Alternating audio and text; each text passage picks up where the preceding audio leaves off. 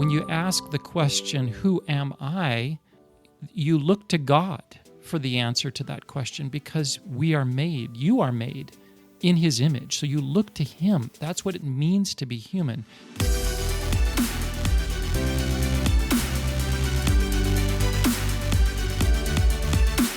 Hi, friends. This is Scott Allen, president of the Disciple Nations Alliance, and I want to welcome you to another episode of Ideas Have Consequences, the podcast of the Disciple Nations Alliance.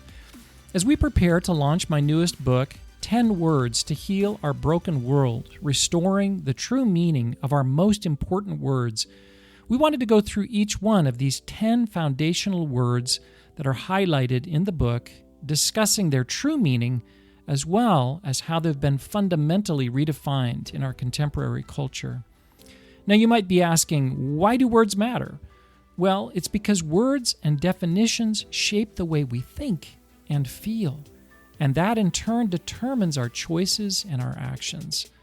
And that shapes the kind of culture that we live in, for better or for worse. And so, if you want to work for a positive change in culture, in society, it has to begin by restoring the true meaning of our most important words. Hi, friends. Thanks again for joining us today back on Ideas Have Consequences. And this is the podcast of the Disciple Nations Alliance. This is episode 3 of our mini-series that we are doing as we are introducing my dad, Scott Allen's newest book, 10 Words to Heal Our Broken World, Restoring the True Meanings of Our 10 Most Important Words. Like I said, this is episode 3 in this series. On episode 1, we introduced the book to you guys.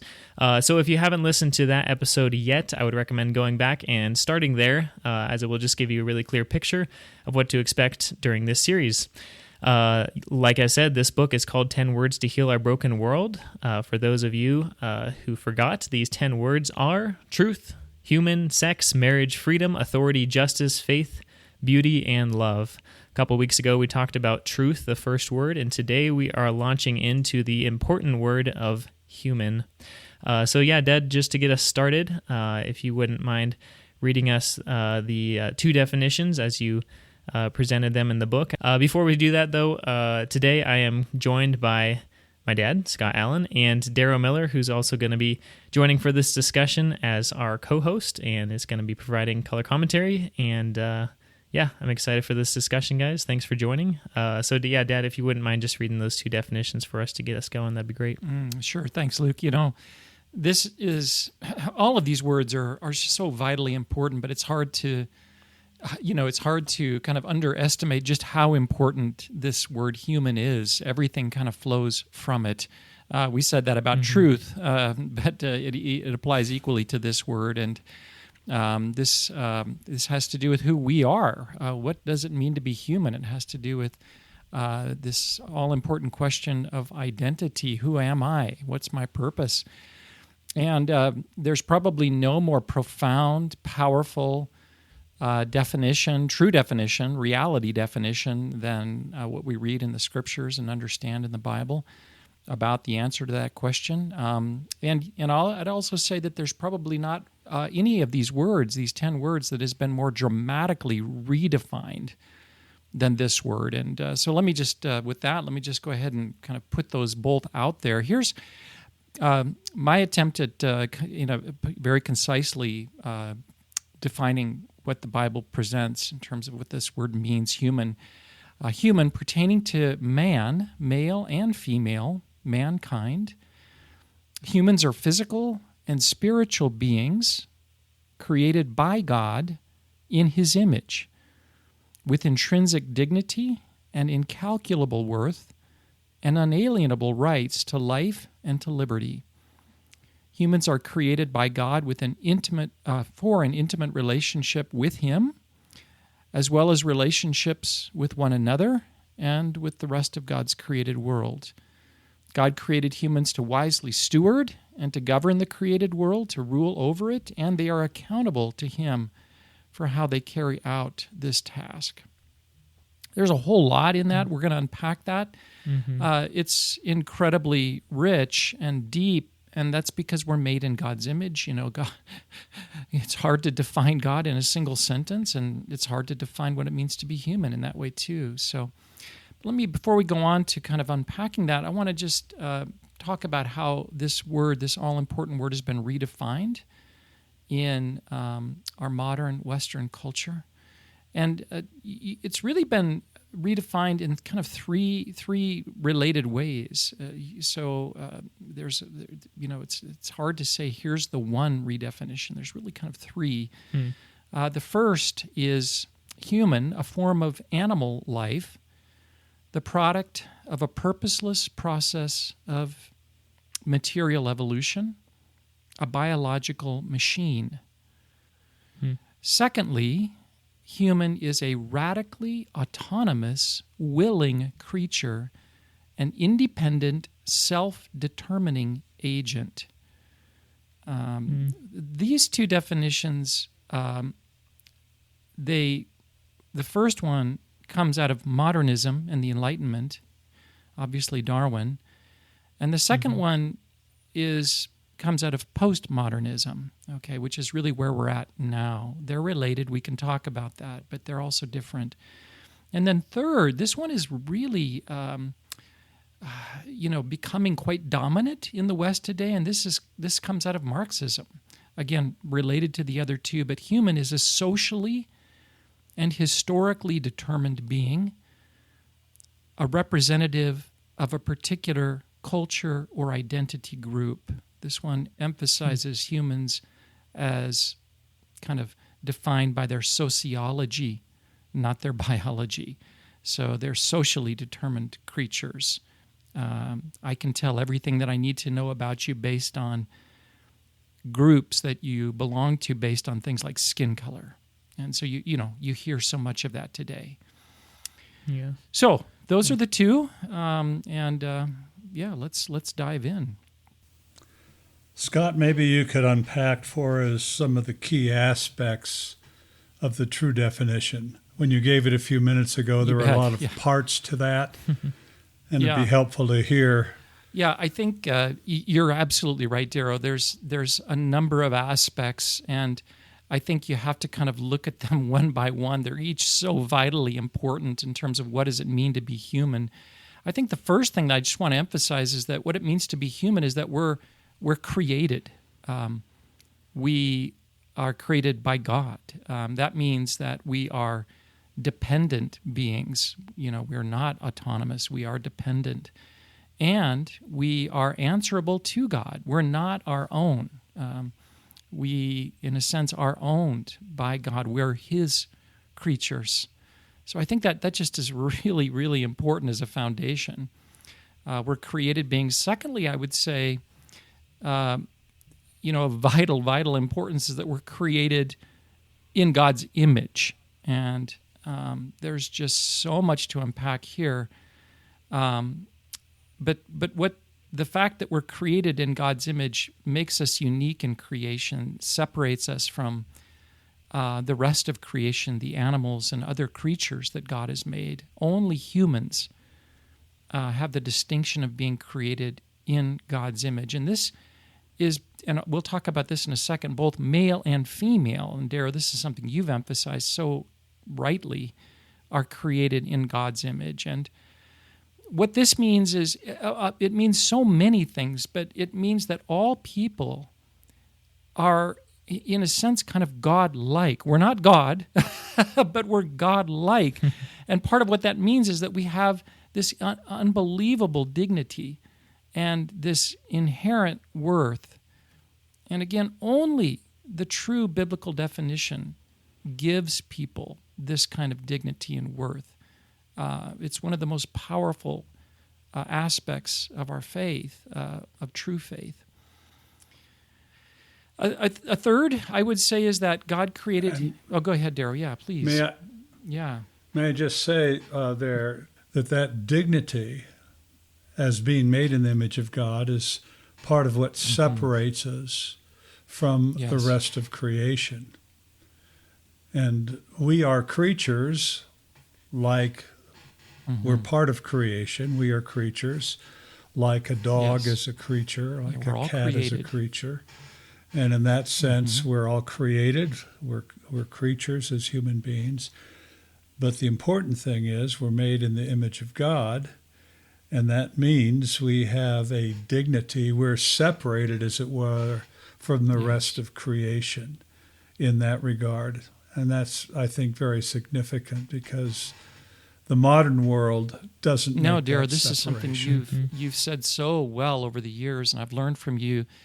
When you ask the question, "Who am I?" You look to God for the answer to that question because you are made in His image. So you look to Him. That's what it means to be human.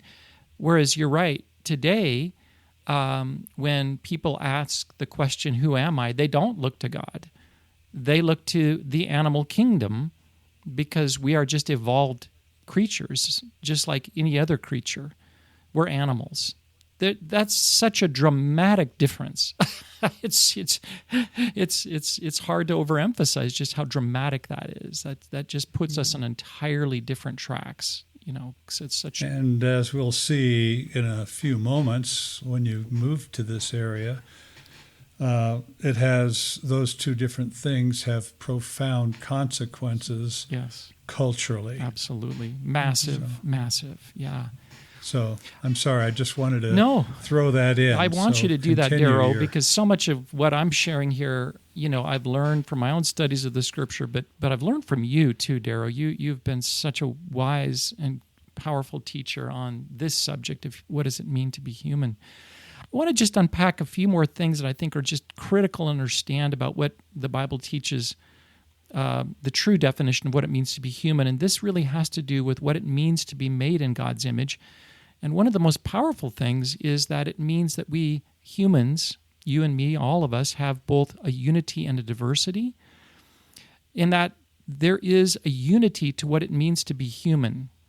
The unity is found in the fact that we are all people, regardless of skin color or sex or social status or any of these other factors. All of us are equal in terms of our dignity and our worth, okay? There's no one that has greater dignity, no one that has greater worth. We're also equal in terms of our God-given rights to life and to liberty. God created us all to be free. He didn't create some to be free and some to be slaves. All have this God-given right of freedom and of life.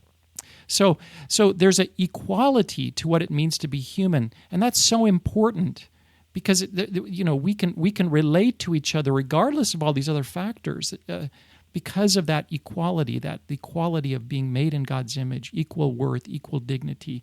But there's not a uniformity, as you've said, Darrow. We're not all the same. So there's an equality, but there's a diversity. There's a diversity in terms of our sexes. There's male and female. There's a diversity in terms of our ethnicity, our personality, our gifts, and you could go on and on. There's a lot of diversity in the human race. That's super important. And this diversity is to be celebrated. Absolutely. Which I think a lot of people forget. Absolutely. Well, nowadays there's a lot of celebration of diversity. We hear that. But what is not emphasized, and we'll talk about this later, is kind of the unity, right? That's being lost. We celebrate the diversity, but we've got to remember there's a unity. All people are image bearers of God. We are all humans, and we can relate to each other as humans. So both unity and diversity are, we talk about the social implications of these definitions. This one has profound social implications because you need both unity and diversity for healthy relationships and healthy societies. If you have one unity without the other, it leads to uniformity, kind of conformity. You can't have healthy relationships when you treat everyone as if they're exactly the same. And the same with diversity without a unity, right? If you have that, you have just the fragmentation of society. You have things that relationships fall apart. So you need both, and the Bible provides the basis for both. Yeah, go ahead, Darryl. Something that I would say at this point is that you have unity without uniformity. Unity without uniformity. And you have diversity without superiority. Yes. Absolutely, Daryl. So Yeah. people have different color skins. There's male, female. You have that diversity, but there's not a superiority. Absolutely. Having one color skin is not superior to having another color skin. Yes. To have a certain skill set isn't superior to having a different skill set. Yes. Absolutely, Daryl. Those are so vital. All those are socially, they're so vital in terms of healthy societies. And these are born when we say we're made in the image of God, which is the core thing. God is community. God is relational. There's one God in three distinct persons. Yes. There's unity and diversity in the Godhead. Yes. So when he makes us in his image, he makes unity and diversity to reflect that image. Yes. And this is why we were made for the creation of families. Unity, diversity is a reflection of the family of the Trinity. Yeah. Yeah, that needs to be emphasized too, Darrow, that part of what it means to be made in God's image, and this is another really vital aspect of that, is that, as you were saying, God is both one and three. This is the mystery of the Trinity. And that one and threeness, that also carries over to God's creating us in his image. How so? What it means is that there's a unity, a oneness to what it means to be human. And it also means that each individual life really matters. Okay, every life matters. But there's a diversity in terms of community, right? There's the Father, the Son, and the Holy Spirit living in a relationship of love. And so that carries over to what it means to be human, and that we're created for relationships. Yes, we are, individuals, and that matters. We matter individually. But we're created for relationships, loving relationships. The Bible gives us a basis for loving relationships. No other worldview really does, by the way. Darwinian kind of mechanistic worldview, as we'll see in a second, really has no answer to why people love one another, which we do. It doesn't have any explanation for that. The Bible does. We're made for relationships, and really 4 primary relationships. A relationship first and foremost with God himself. We're made for that. That's the most important relationship because he created us, and he created us in his image, and he loves us. Secondly, relationships with one another, with our fellow human beings. Third, with ourselves. We have a relationship with ourselves. And then lastly, with the rest of creation. So that's what it means to be human, to live in all of those relationships. And by the way, in a way that's rightly ordered. You have to have the relationship with God first and foremost, and then the other ones following. So much there as well. I do want to go on, though, because we could just, every one of these things is so vitally important. You could talk and talk, but I want to just at least get the table set with, I think, other ones that just have to be said. The next one I'd like to talk about is just that we are made as kind of kings and queens of creation. That God gave us a role in creation. What it means to be human is to rule, to have authority over creation. But we are under God, right? He's the ultimate ruler. He's the king. So what that makes us is it makes us kind of stewards under his rule, under his authority. We have positions of responsibility and authority over creation. So to be a human is to be made to govern, to rule. And there's, again, so many implications to this one as well. Darrow, any thoughts that you wanted to share before we move on this one? Yeah, I think one of the most profound implications of this is when God finished his work in creation, it was perfect. Yes. But the potential had not been released yet. It was perfect, but not finished. And that's the role of the image bearer of God, is to be creative. Yes. To take what God has made and to do something with it. Yes. Too often we just think, well, we're here to consume. Yep. And we see in the West today a whole consumer society. Right. No, we're not here as consumers. We're here as creators. Yes. And God intends for us to take what He has made Yes.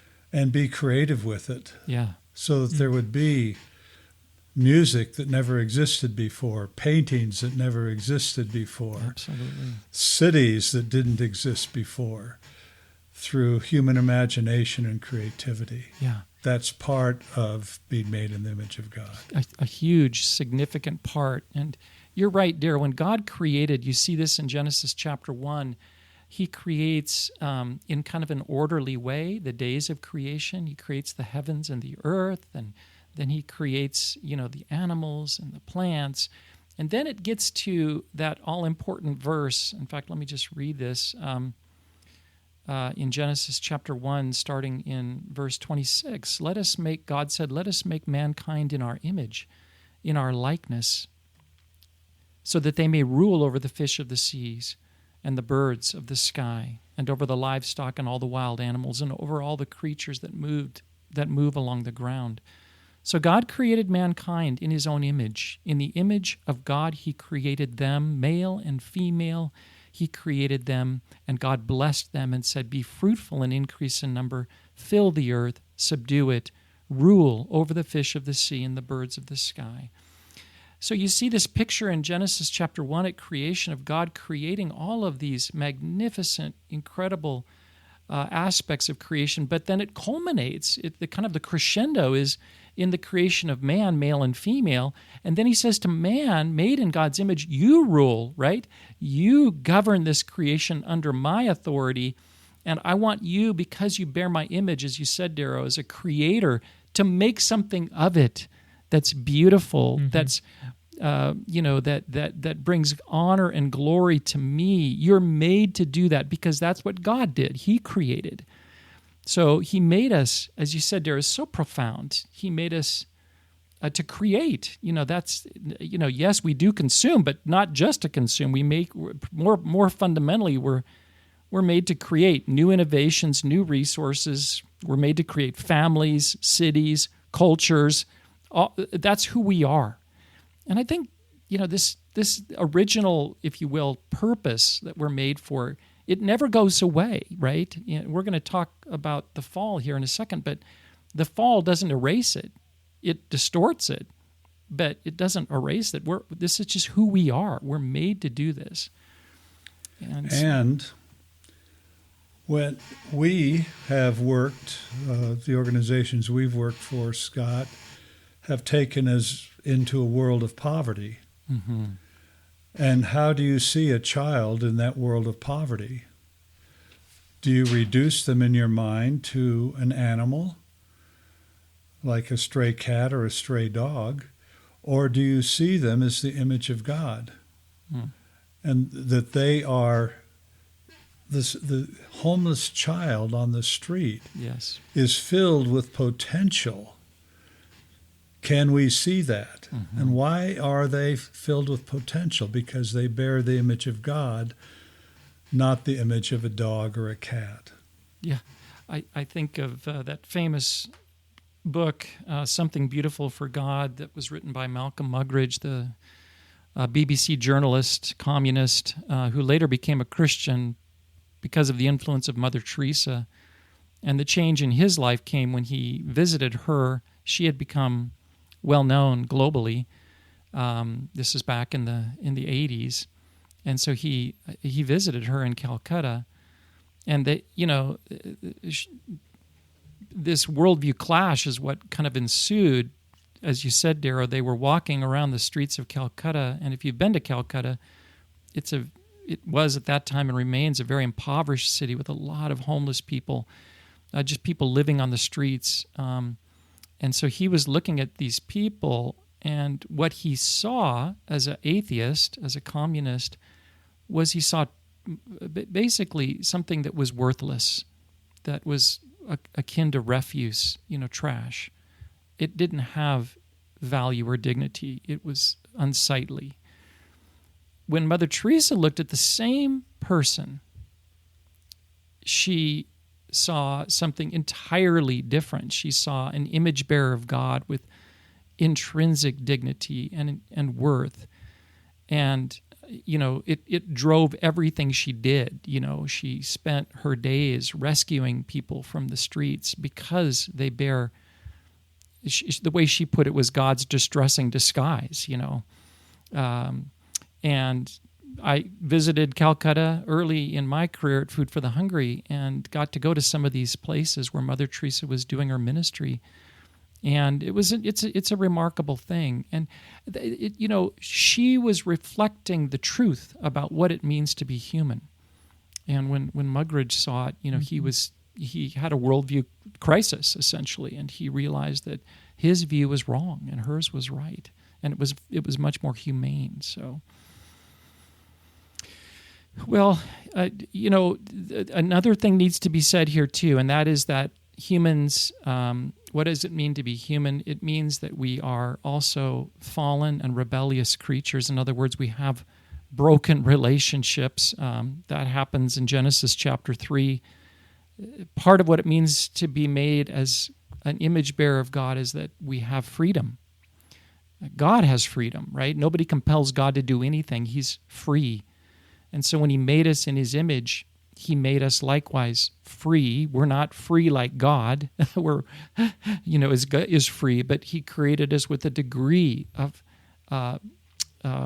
this ability to make choices and to live with the consequence of those choices. And one of those choices was this choice to eat from the forbidden tree. And that's what Adam did it with Eve, and they fell. And that's part of what it means to be human right now, is that we are rebellious. The Bible uses the word sinful creatures. That means that our inclination is to do what is wrong. To be selfish, if we can, it's to our advantage to steal, to cheat, to whatever, to kill even. And so this, the source of evil in the world comes from this human freedom and the choice that we made to rebel against God and to turn our backs on him. But again, that needs to be immediately followed up with something, and that is that God doesn't, he looks at us in our fallen condition. He doesn't hate us, despise us, abandon us. Remarkably, he loves us, even though we're fallen, and he pursues us to reconcile with us. And that really is the story. Much of the story of the Bible is the story of that process of reconciliation. But all of those things have to be said, when you answer the question, what does it mean to be human? It's a deep, rich concept, right? And all of those facets are important. The Bible is a story of reconciliation, to bring us back to the people that God created us to be in the garden. Just as we try to model out this word of human, in history, there's only been one perfect human, that was Jesus, but then there's been two also very close to perfect people, and those were Adam and Eve pre-fall. And they, for us, just paint this beautiful picture of what a human actually is supposed to look like. And as I'm reading your definition here, all of these things were modeled just right away in those first two chapters of Genesis by Adam and Eve. So in the process of trying to become more human, it's a simple starting point is just read those first two chapters and just pull out each characteristic that God describes there. Those descriptions are there for a reason, and they're meant for us to just to model, to become more of the humans that he is reconciling us to become. So I think that's I'm really enjoying just rereading this definition here. And if any of you guys listening want to reread that definition, then make sure to grab a copy of the book, and you can see the definition in there. Well, if I can follow up something Scott said a minute ago first, and then when you were talking, Scott, about we as human beings are made to be free to make real choices. Yes. I want people to understand who are listening to this that is so significant, and the freedom is so real that we can choose to turn our back on God. Yes. And he knew that when he made us. And he made us that way. He made us that because way. that's how free, the very depth of the nature of freedom. Yes. Yeah. It's very profound, Darrow. When God created Adam and Eve in the garden, one of the very first things he said to them is, "You are free. You are free to eat of any tree in the garden, except," right? Except the one, And so even there, he created us with that capacity to make a choice. But just the profound words, "You are free," I think is just needs to be underlined. And it's one of the things that as human beings we so appreciate and even abuse. We abuse it, that's right. But we can abuse it and we can so appreciate it because it is real. And when we fell, we in a sense, we lost that freedom. The Bible says we became enslaved to Satan. This we could go on this, but he promised, Satan's lie was to promise us freedom from God. You can be like God. You don't need to be under his authority. You can be completely free. But that was a lie. And then when Adam and Eve believed the lie and they ate the forbidden fruit, they didn't become free and independent of God. They just became slaves of Satan. And they lost their freedom. And then Christ came to set us free again. Again, we could just go into great depth on this, but you're right, Darrow. That's so. What it means practically is that nobody, no single person that exists, is created to be a slave, and that's so counter to the way that fallen people think. If I have more power and it's to my advantage to enslave you, why wouldn't I do that? Of course, I would do that, and we're seeing slavery in our own day increasing, sex slavery and whatnot, around the world. But that's not the way we're created. There's only one way that God designed humans to live. Yes, right. And that's right. There's no alternate, like Satan lied. There's no other way to live in freedom. There's either God's design or pushing against God's design. Yes. Well, we all have the image of God. Yes. We're all fallen creatures, and at the same time, we still bear the image of God. Yes. But that can be distorted by the way we live. We can live as something less than that, and that will have consequences in our lives and in our families and in our nation. Absolutely. So, I'd like to hear you talk a little bit more, Scott. We are the Ideas Have Consequences podcast. Right. And the word human, the biblical definition has consequences in a culture and a society. And the counterfeit definitions have consequences. Can you talk a little bit about those? Well, there's so much here, Darrow. In fact, I don't know anyone that doesn't, at some level, really value the true biblical understanding of what it means to be human, because we all want to, at some level, believe that people are valuable and important. And you hear people, even if they're not Christians, say they believe in things like human rights and the value and the dignity of all human beings. The problem for them, though, is if you're not a Christian, if you don't have the Bible undergirding that, then it's just floating in thin air. There really is no basis for it. Only the true biblical definition of human provides a basis for that. This human dignity, and the dignity of human beings in the Bible is really powerfully underscored in the fact that God himself in the incarnation became a human being, right? Jesus took on human flesh. It's just incredible that he did that. And not only did he take on human flesh, but as it says in Philippians 2, he became a servant, and he even went to the cross and died for this rebellious race. Now, the social implications of that are just, they're astronomical. When the early church lived out the implications of that, Darrow, and we teach this in our teaching around the world. Rodney Stark really underscored this in his book, The Rise of Christianity. when the early church understood this in the Roman Empire, when things like these horrible pandemics would sweep through the Roman Empire, Christians acted in this powerful way that nobody else did. Everyone else would flee from their relatives that were sick because they didn't want to die. But Christians actually went to those sick people, and they cared for them, and they loved them, and they nursed them. Why? Because they bore the image of God, and they were valuable and precious.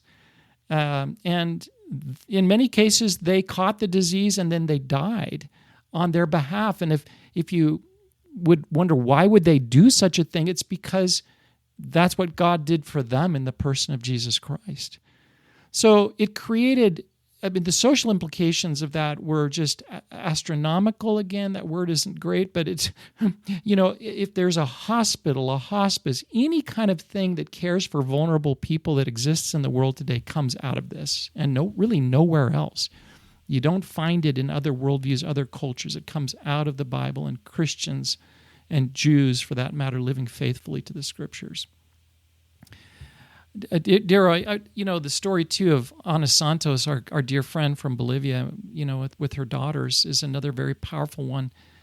In a slightly different way, this story isn't related to the value so much as it is the purpose of human life. Do you want to tell that story? Because I think that's just another powerful story that illustrates the social implications. I would just continue because I don't know which story about Anna you're wanting to tell. I was thinking of her. Why don't you continue? A lot of good stories.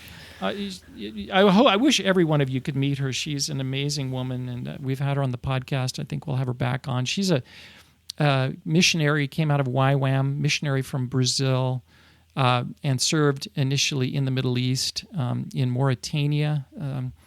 And one day, as she was there, she came across an abandoned child in the streets, dying, a little girl.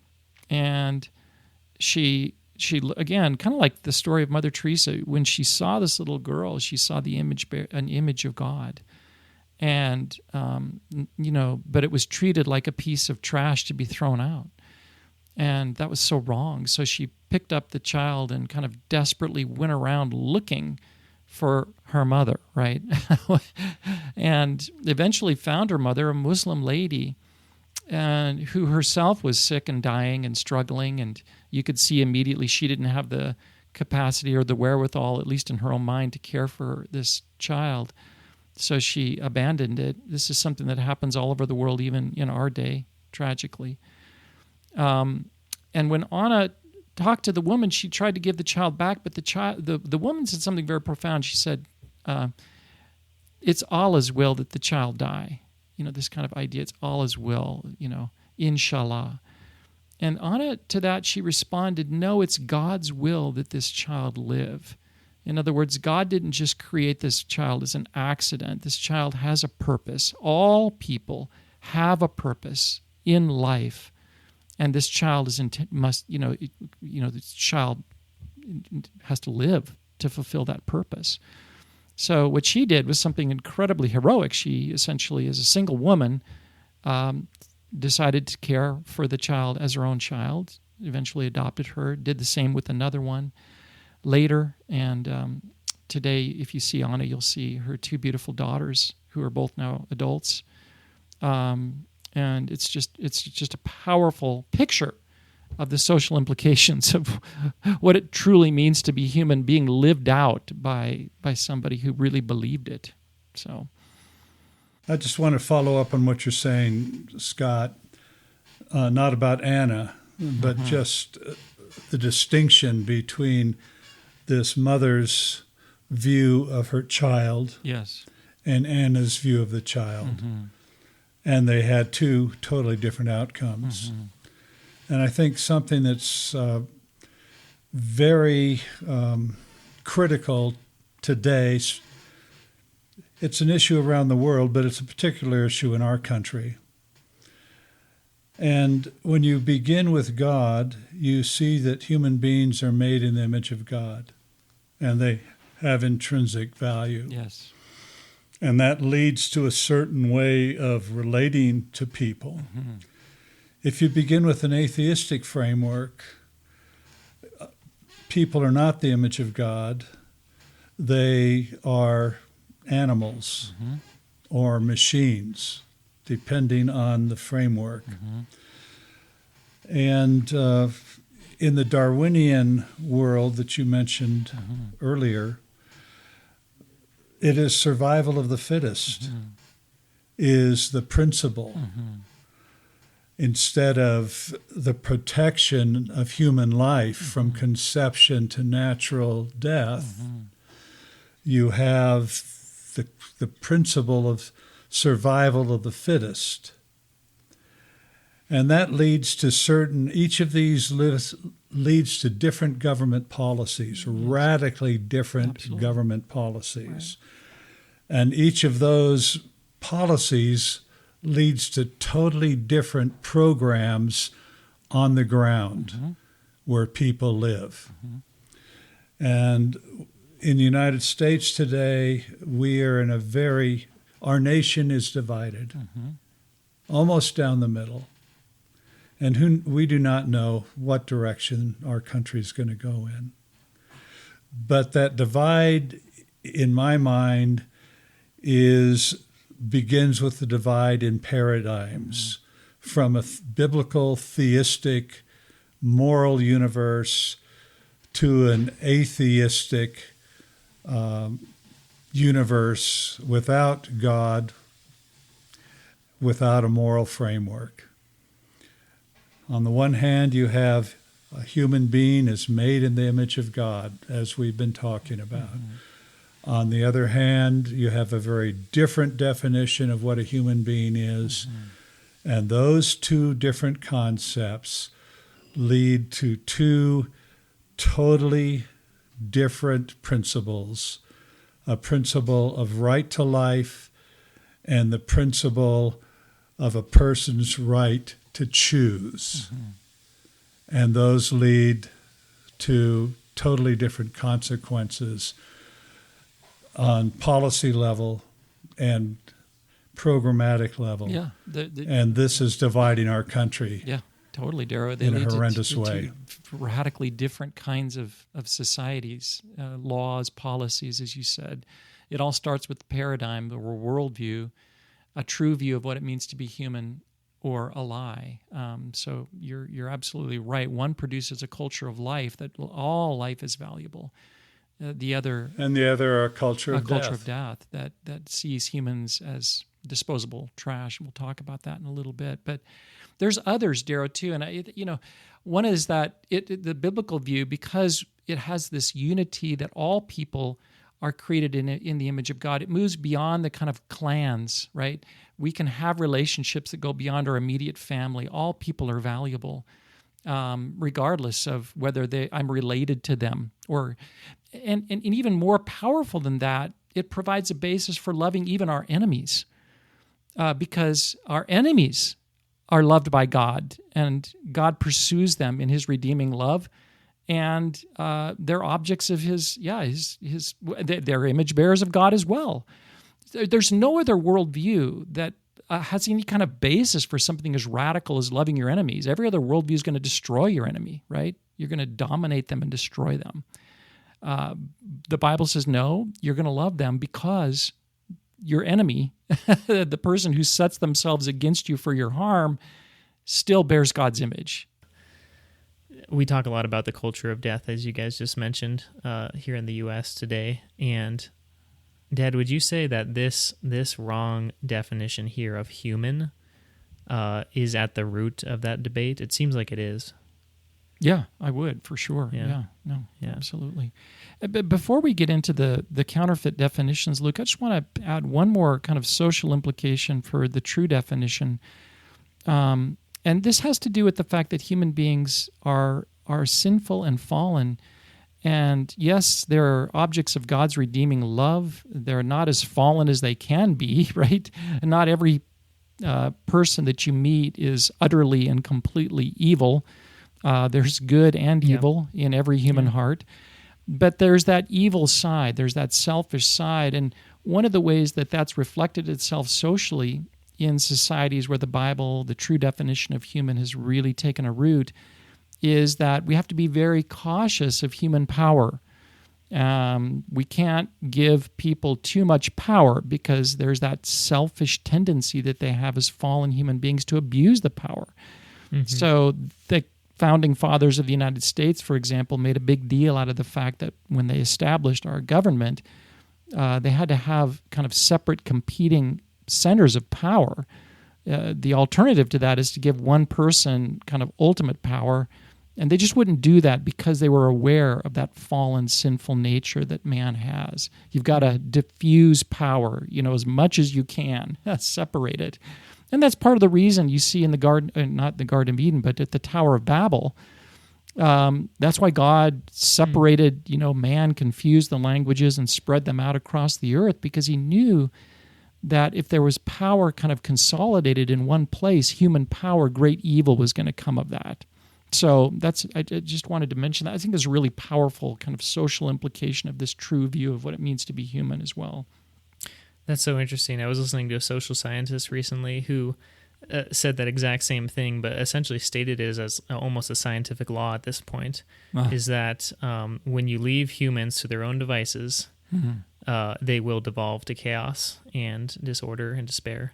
Yeah. There's something about a lack of community and just doing what your own whatever you want to do, which is part of the false definition here, becoming the sovereign autonomous self, as Nietzsche said, that will eventually destroy you because of the sinful heart that we all have. Yeah, and the false definitions that we're going to look at, they deny this, by the way. They see human beings as somehow, well, they wouldn't say evil. There is no evil there. They could be perfected or whatever it is.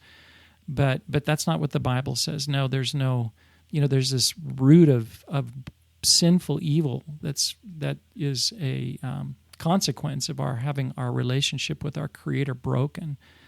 And the only solution to that is to have that relationship restored through faith in Christ, through believing in what God has done himself to restore that relationship in the person of Christ.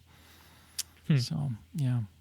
That struck me this last weekend, as this podcast will come out in a couple weeks, but we were just watching the Olympics opening ceremonies, which is all over the news right now. I'm sure all of you guys have seen the clips of that in some form or another.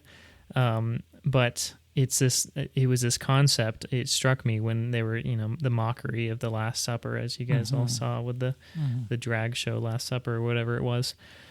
Very weird. Is when you don't follow God's design for humans, and you choose your alternate route, you try to have your perfect freedom apart from God, as Satan promised, is because that is an unlivable reality.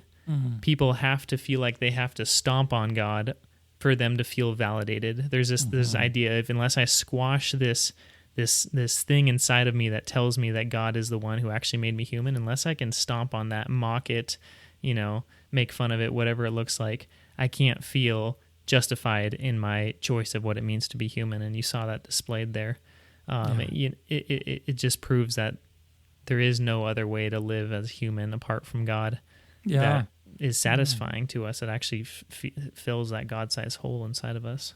Yeah, no, it's a good point, Luke, when, this mocking of the Last Supper really, in some ways, is just, you see, it's just a display of this fallen human heart that wants to turn its fist to God and just shake it at God and say, I want nothing to do with you. I'm going to mock you. I'm going to spit on you. Same thing we saw at the cross, right? So nothing's new. This is just a fallen, rebellious human heart.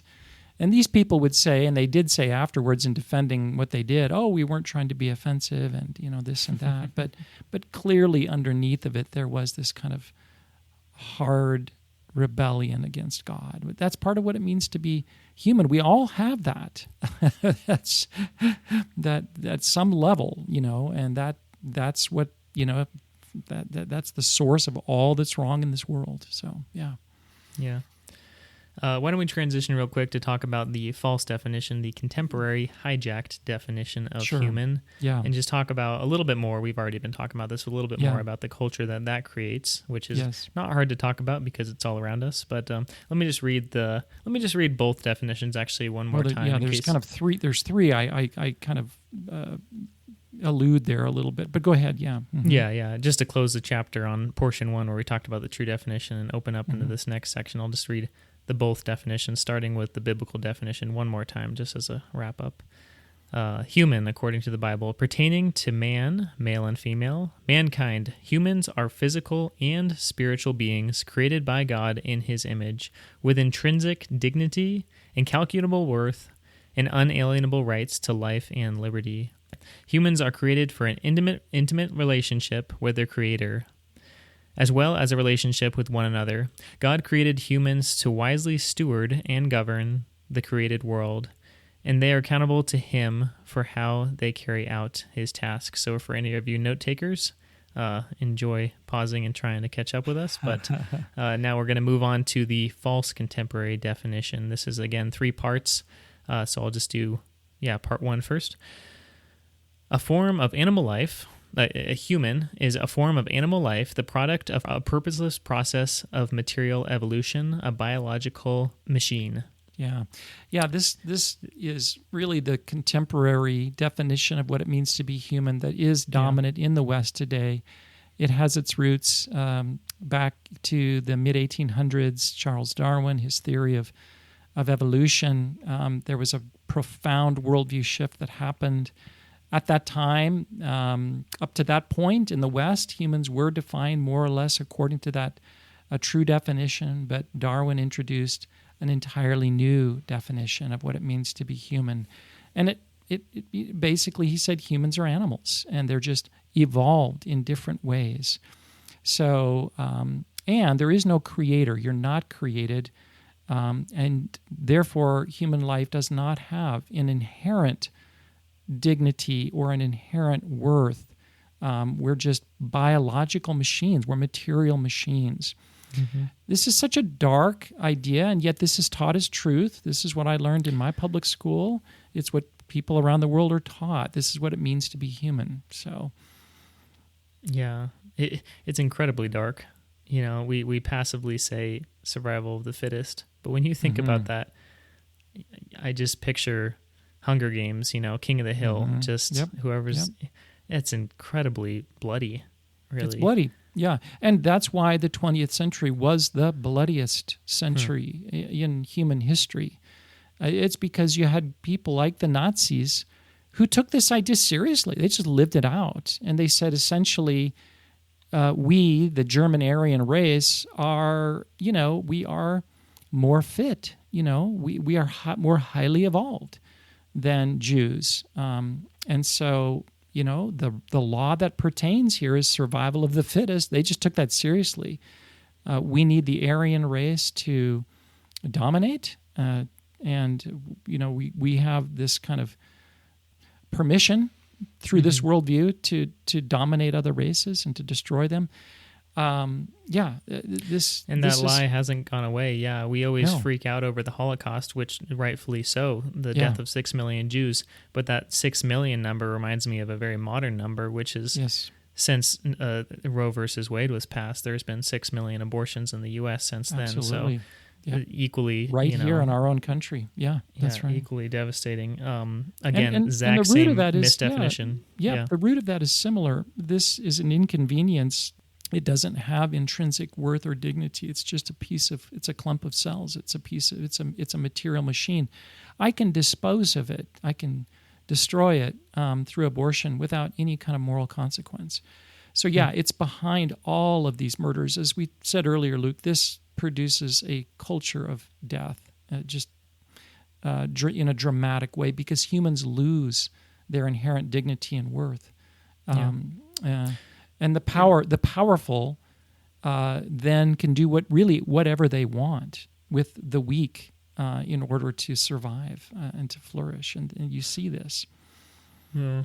And then another side of this is if humans are animals, just animals without a soul, then you get to a lot of the modern science today of if we don't have a soul and we're just animals, then can't we just treat ourselves like lab rats and just use our bodies as test animals essentially to test out all these crazy technologies that we're trying to do right now, like head transplants. They tried that in Russia a few years ago. Things like that. It's why not? Why not? We're Why just not? animals. Yeah, so. or just machines, right? You can swap out the parts of of a machine and tinker around with the machine all you want. So these are just people living out the ramifications of these profound ideas, false ideas of what it means to be human. Don't be surprised by it. When you see it. Yeah, another social implication of this, Luke, is just the whole eugenics movement. You think of people like Margaret Sanger, the founder of Planned Parenthood, and it's basically just animal husbandry applied to human beings.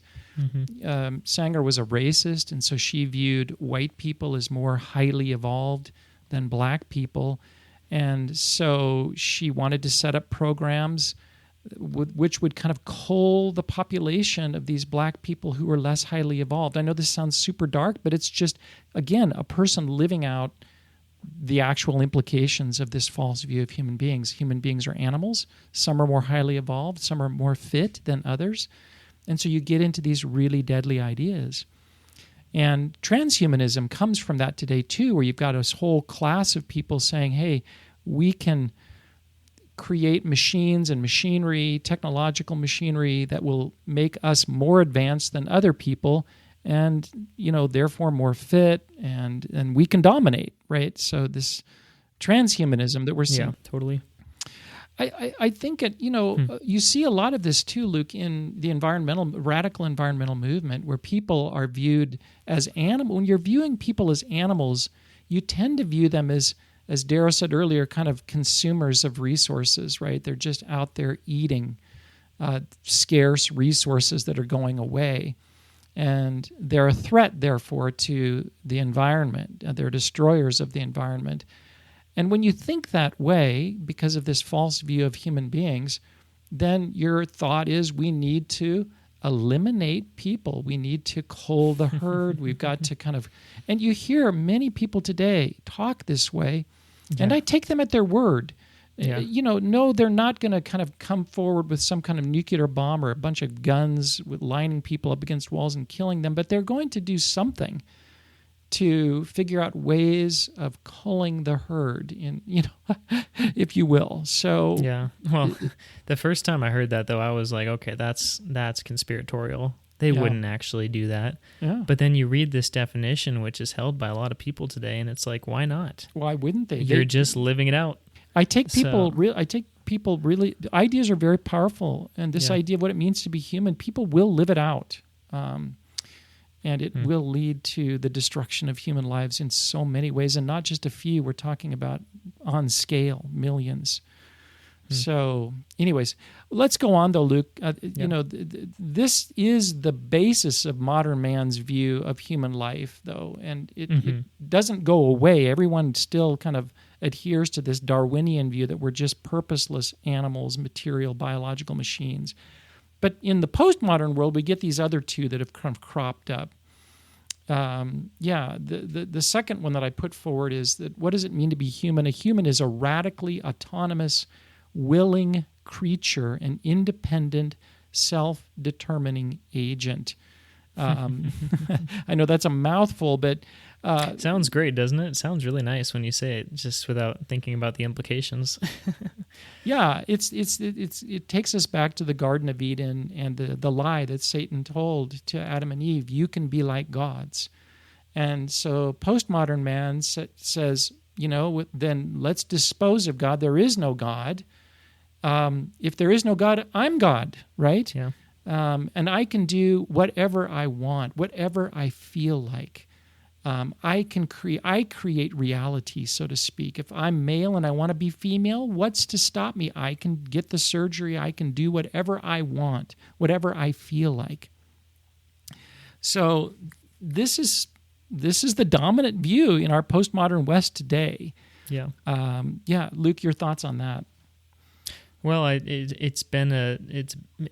view is postmodern, But Yes. you can drive it straight back to, Jean-Jacques Rousseau or someone like that. Yeah, or all the way back to the Garden of Eden. You're right. Yeah. Right, of course. Rousseau was so interesting, though. He seemed like the mentor to some of these postmodern thinkers, like Derrida, Foucault, all these French guys. No wonder the French Olympics is so weird. But yeah, my thought with this is these ideas, they have been around for a while, but we are reaching the point now where they're actually being lived out. They're being legislated. Yes. They're being normalized. Kids are hearing these at 5 years old in preschool. So the craziness is the ideas are embedded. As we talk about how ideas change culture, they start as paradigms, so that you can drive that back to someone like Rousseau, and then they become principles. You could say the postmodernists created these as principles, and then policies, creating policies where kids can transition without asking their parents. We see policies like that in a lot of states here in the U.S. And then into the practice level, which is back to the Paris Olympics again. We had that bridge just covered in people who were very confused and just living this out perfectly, living out this definition of I can be whoever I want to be, whatever that looks like. No one can tell me what to do. Nobody can tell me what to do. Yeah. A couple of quotes I think are powerful in describing this. Cultural critic Rod Dreher, he says that this view is, the way he describes it is, we think that we are autonomous, willing creatures who owe nothing to nature, to God, to the past, or the future. Again, we are gods. Nancy Pearcey puts it this way. What does it mean to be human? The sovereign self, in this view, will not tolerate having its options limited by anything that it did not choose, not even its own body. And I think that's, again, that's the nature, right? Even nature doesn't limit my view here. I can be anything and anyone that I want to be and do anything that I want. There is no, I'm not a created being. I'm not an image bearer of God. There is no morality other than what I choose. Again, that opening ceremony of the French Olympics, I can do whatever I want to with my body, and you can't tell me otherwise. Perfect picture of that. But just to make this more on a personal level, I see this wrong definition played out in myself, in a lot of other Christians, and just an overemphasis on our feelings. Yes, we let our feelings lead the train a little bit too much. Feelings are important, but they're not the engine at the front of the train, So this definition, a radically autonomous, willing creature, an independent, self-determining agent, someone who follows their feelings and lets those determine the big decisions in their life. Yes.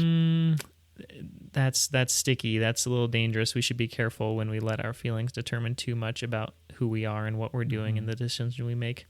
Yes. We should always line that up with God and His will for us. The Bible calls that the flesh, right? Following the flesh, yes. And there's a lot of warnings against that. So this is elevating human to the status of God. It's an idolatry. It's a human idolatry. And it's not livable because we can't all be our own little gods, right? I mean, it just doesn't work because what I want to do is going to conflict maybe with what you want to do, and somebody at the end of the day is going to have the final say. So it devolves into just a power game, right? And if I can get the power to impose my will, then so this one is just this idea that we can all be our own little gods is just completely unworkable. And if you wouldn't mind me nerding out before we move on to the next point here, I'm just thinking about France again. So you have the French Revolution, right? That was the thrust of the French Revolution is we can all be whoever we want to be with no authority over us. There was a rebellion we all can run our own God, directions and follow our hearts. All little gods. That doesn't work. Because, like you just said, your interests come into conflict with one another, and amongst that chaos, Napoleon rose up, power figure. Yes. And he just whipped everyone into shape. He imposed his view on everyone else, and that's where it always goes to tyranny. Yeah. And then, not long after that, Karl Marx rose up, and he recognized that. Maybe he even used that case study as an example to back up his theory of how we cannot live in this chaos. Ultimately, it comes down to power. And since God wasn't in his worldview, then his final landing point was it's all power. And that's where I come to this third definition here. Yes.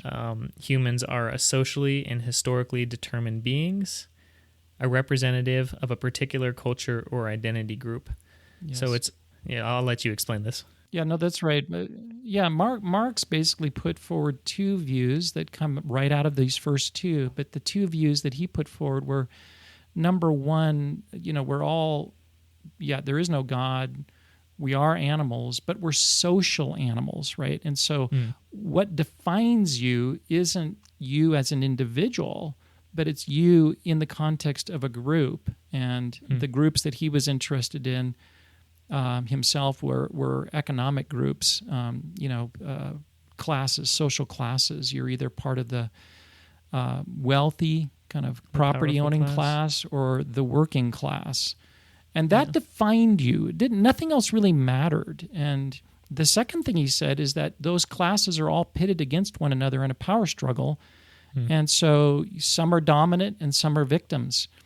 And so in his framing, the property owners were the dominant class, the oppressive class, and therefore, he kind of brought in some morality, the evil group, and the workers were the victims, and therefore they were morally good.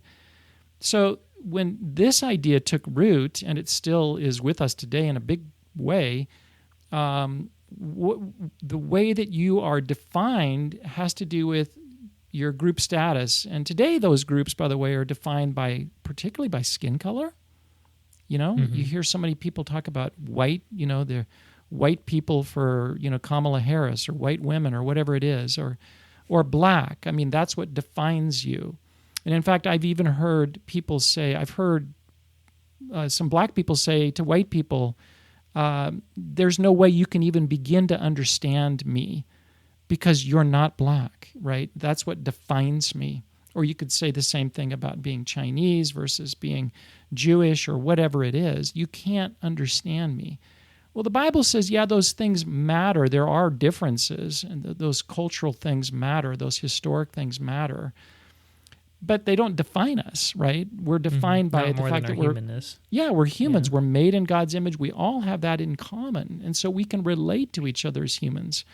But this view says, no, we don't actually have anything in common. We can't even begin to talk with each other. It's really radically divisive, I would say, this view.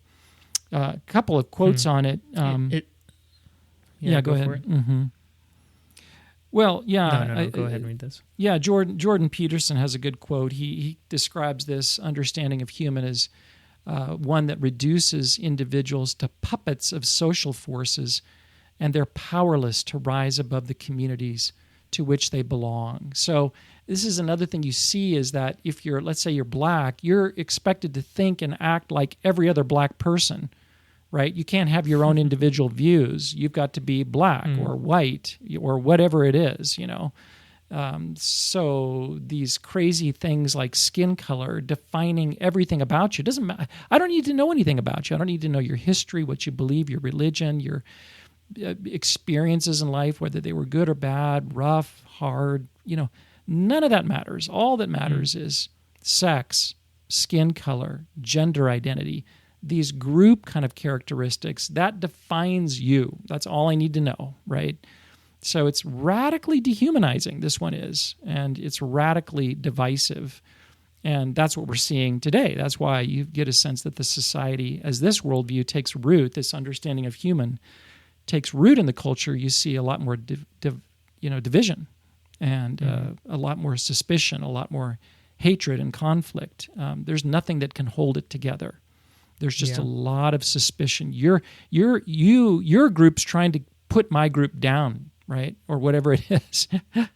So this isn't going to go well. If this view of human nature, this socially kind of determined individual kind of Marxist view of human nature or human beings, if it continues to dominate in our culture, the culture will fall apart. We will fall apart. There'll be nothing to hold us together. So we can hope and pray and work for that not to be the case. Yeah. Marxism has a track record of that, working sure 0% does. of the time. It's funny because these last two we talked about. One, you're a sovereign individual to do, and you can do whatever you want. Right. And the next one is, no, you're just your class. You're just your group. You're just They're your totally skin pitted color. against each other, which is funny. And Yeah, that's, they I are. think that's also going to lead to a lot of conflict here soon. And there's as a these- tension between those two because they both exist, and they actually in both exist in some cases right within a person themselves. They both have these same ideas. So we're very confused right now about what is it that it means to be human. This question of identity is in some ways the most important question, especially that young people have today, because they're growing up in a culture that doesn't have any kind of coherent answer to that question. You're an animal. You're God. No, you're defined by your skin color. Well, what is it? Well, it's all of these things, but they don't work together. It doesn't matter. So much confusion. So, yeah. Well, on that terrible note, we might need to start wrapping up.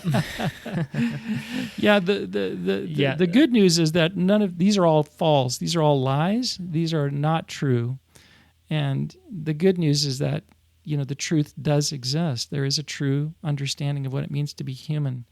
And and how can Christians recover that in this time? Yeah, well, we have to know it, just like we have to know the true definition. Again, it's something that is deep, it's profound, it's rich. We have to not just know it kind of in our heads, it has to actually shape who we are. We have to build our entire identity around that. And then we've got to live out the implications of that in our relationships, first and foremost with God, and then with other people. And so we will not treat other people as animals. We will not treat other people as just representatives of some kind of group. We will treat people as human beings, made in God's image with dignity and worth and God-given rights to freedom and life. So, we just have to make a conviction and a practice of living that out. There's probably nothing actually you can do that's going to improve the world around you, your family, your community, and the world around you more than just this one. Just knowing this and living this out. And this is something you can do. So. And you'll be definitely pushing upstream if you do that. Which is not bad because you'll stick out and people will wonder what makes you different, where that beauty comes from. That's a great final note. These definitions are so handy. Dad, I'm excited to get the book, and I just want to post these definitions on my wall, try to memorize them, because I've already been using them so much as we've been working through the drafts of this book. Mr. Miller, do you want to have a conclusion thought before you head out? Yeah, I would just like to say that this book, I think that Scott has written on the 10 words, is a prophetic book for this time in our history. We speak words. God made us word makers to speak words, and the words that we speak are powerful. They shape our own lives, and they shape the lives of others. They shape history. And we really need to think carefully about the words that we speak and the ones that we are losing because we have a culture that understands that if you want to change a nation, you have to change the vocabulary. And so the contrast between a biblical concept of what it means to be human and an atheistic or postmodern concept of humanity creates totally different cultures, totally different worlds.